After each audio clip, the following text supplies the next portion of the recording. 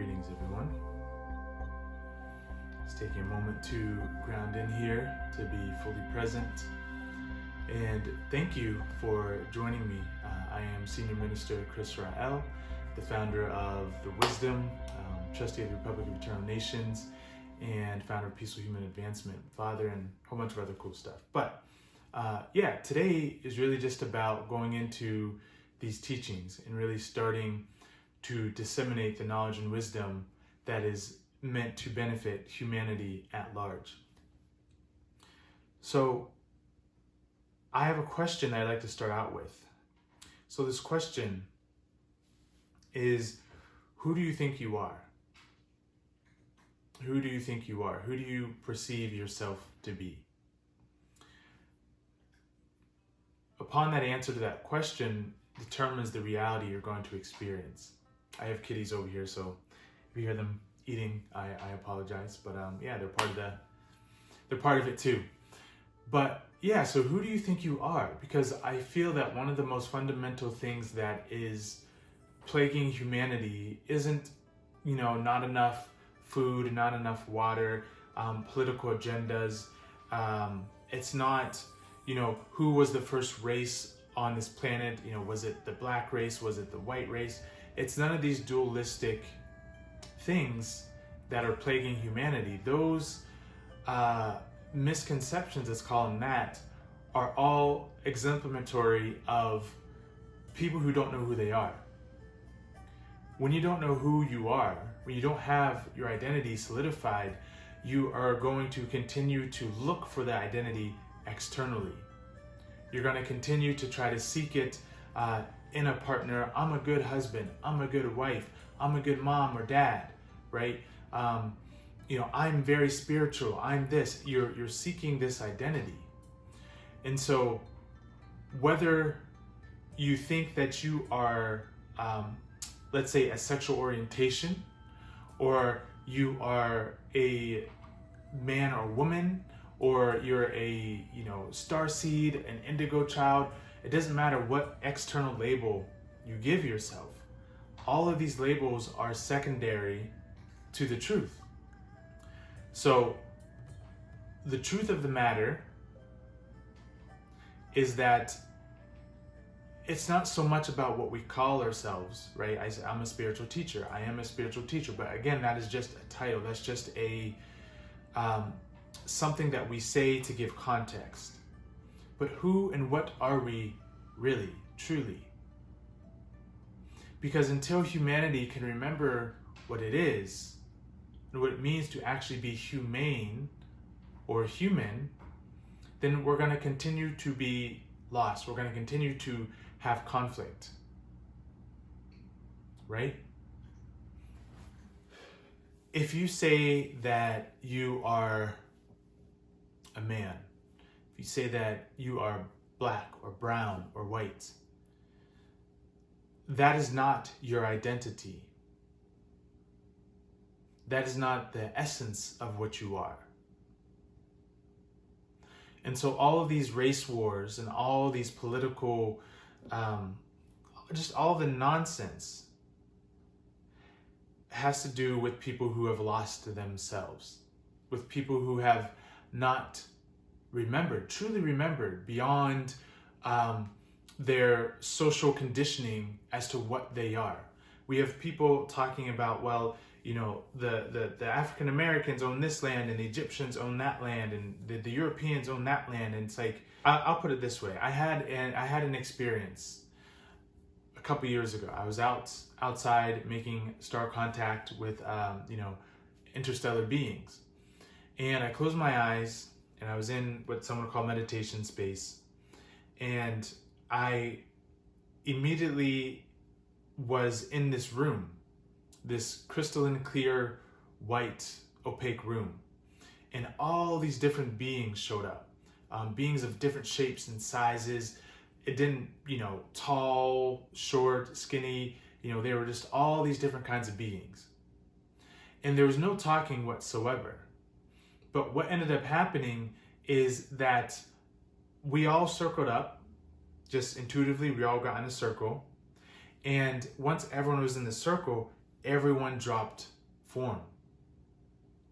All the external shells came off. And it was this transition from these more dense physical forms to pure energy. There was no identity at that point other than the truth of what we all are. You see, society can't really move forward. It can't advance itself if we are continuing to talk from and continue to think from and to have beingness from a state of physicality and identity with the body, likes and dislikes. If we want to get to the root cause of what is plaguing humanity, it is this: we have not yet collectively recalled the truth, remembered the truth.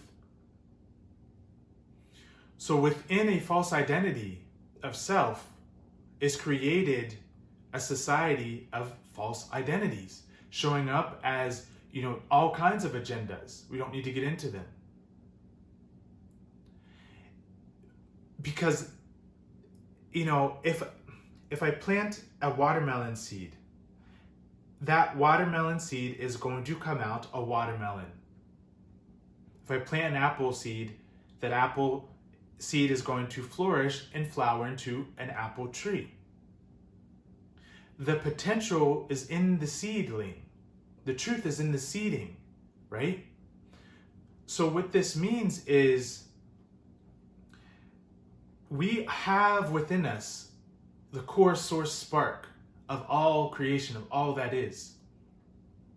That is the divine blueprint. Yes, it expresses itself subtly in different ways, but at the core of it, that is the seed of life, the seed of all gnosis. It is the spark of wisdom. And when we get in tune with that, when we really remember that seed and feel that eternal presence that we are,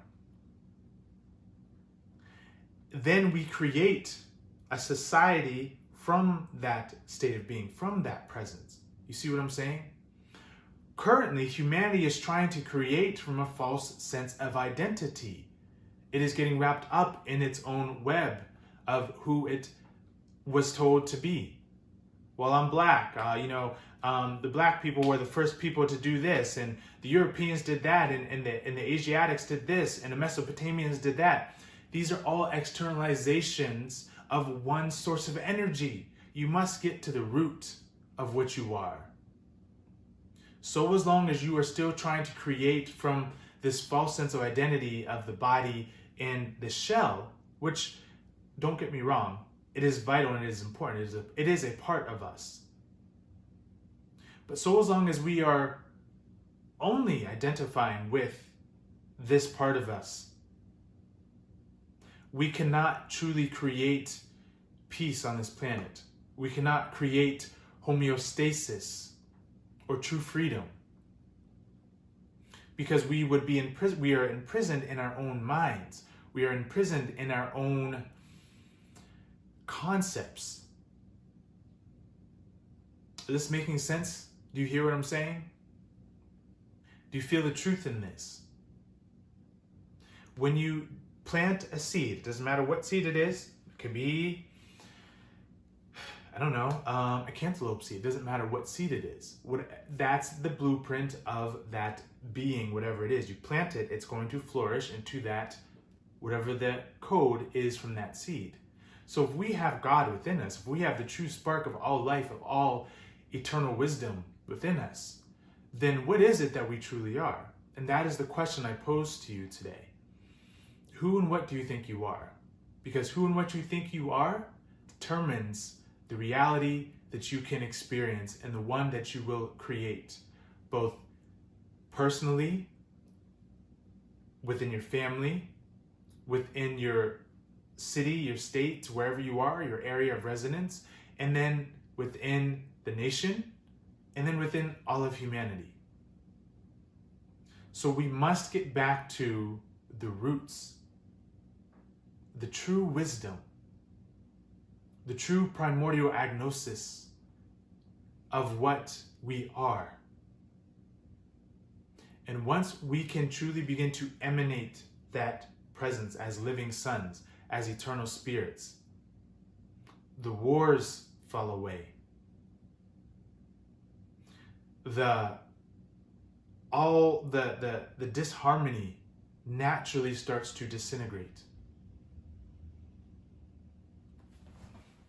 So we don't have to fight the system. We don't have to push and pull and prove ourselves. I'm the original people of these lands. This is my land because my ancestors were here first and we didn't sign that contract. That all goes away. Because the source, the essence, the wisdom lives within all of us. That is the truth.